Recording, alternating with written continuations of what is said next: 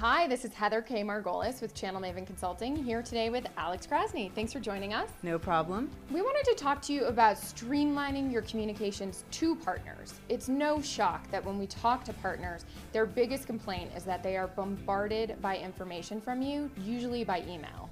Absolutely. And getting a handle on these messages is a real challenge, especially when you have a number of different teams who communicate to partners directly. So we've got some tips for you to help you better manage communications to partners and ensure that your important messages are received and, of course, read.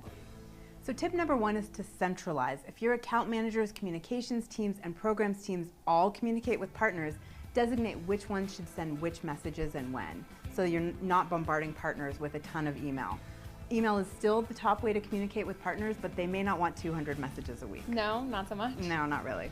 The next tip, talk to your partners. Find out what's working and what's not. What are their pain points? What do they really want to hear about? Tip number 3 is to see what your competitors are doing. Do a little snooping, legally of course, to find out how they're communicating to partners to better serve your communications, and you might learn a thing or two about what to do or what not to do. Exactly. Tip number 4, create a pull rather than a push model. So what communications might be better in a blog or a tweet or in a LinkedIn group or a portal page? It's important to think about how often you're emailing versus if you could just post something out and have people come to that information. So tip number 5 is to tier your communications. Always ask, is this necessary to my partner's business? Divide communications into 2 categories, the most important messages and the ones that are optional. Number 6, consolidate.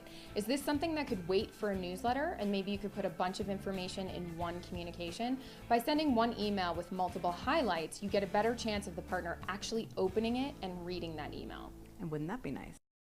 So number 7 is to use metrics to help you track which communications are effective, looking at click-throughs, website visits, what are most effective, and what messages are read most often, and which messages are not looked at all. Right. So if you have other suggestions, other tips we should be adding to this, will be in a blog post.